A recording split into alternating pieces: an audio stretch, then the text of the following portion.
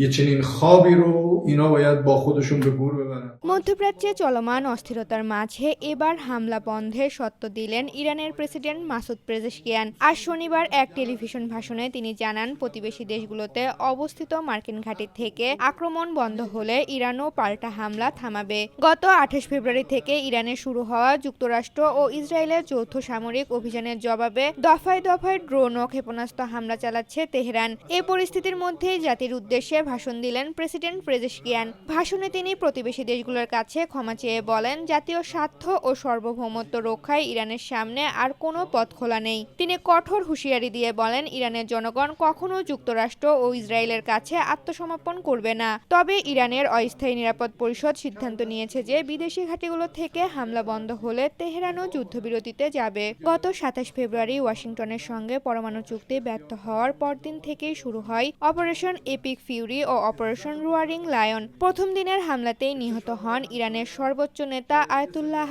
Ali Khamenei. বর্তমানে পেজেশকিয়ানের নেতৃত্বে 3 সদস্যের অস্থায়ী পরিষদ দেশটি পরিচালনা করছে। এদিকে মার্কিন গোয়েন্দাদের দাবি, এই যুদ্ধে রাশিয়া সরাসরি গোয়েন্দা তথ্য দিয়ে ইরানকে সহায়তা করছে। ঋতুপর্ণা, জনকণ্ঠ।